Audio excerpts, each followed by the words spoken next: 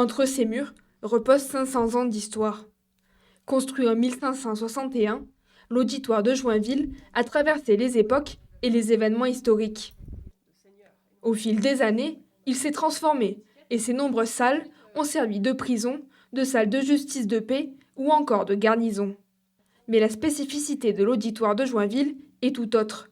Il est le dernier tribunal seigneurial de France aussi bien conservé. Ici, on est dans une des prisons de cet auditoire, c'est la prison des Pailleux. Donc on comprend pourquoi, il y a de la paille au sol, preuve en fait que c'était la prison dédiée aux personnages les plus modestes, voilà, aux personnes qui auraient commis des délits, je sais pas, voler une poule ou provoquer une bagarre dans une taverne par exemple.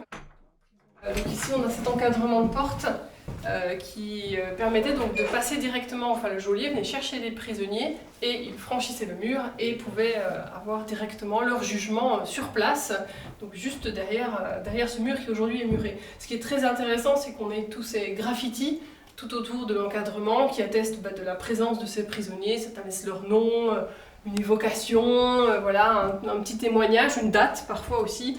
L'auditoire voit d'abord le jour au XVIe siècle, fruit du travail de la famille de Guise.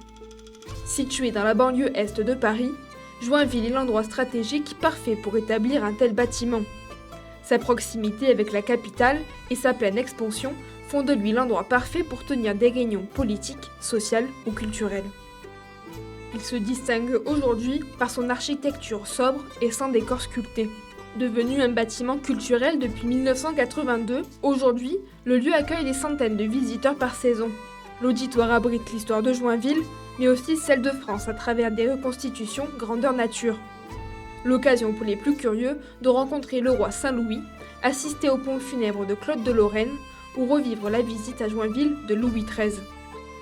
À côté de moi se trouve Jean de Joinville, qui est un célèbre chevalier qui a été seigneur de Joinville, comme porte le nom de la ville.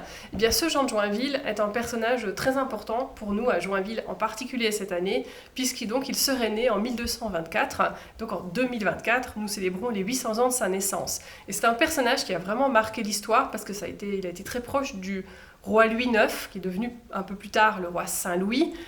Et donc, il l'a accompagné en croisade. Et de ces croisades, il a fait en fait un ouvrage, un livre, qui raconte en français de l'époque, ce qui est assez rare et non pas en latin.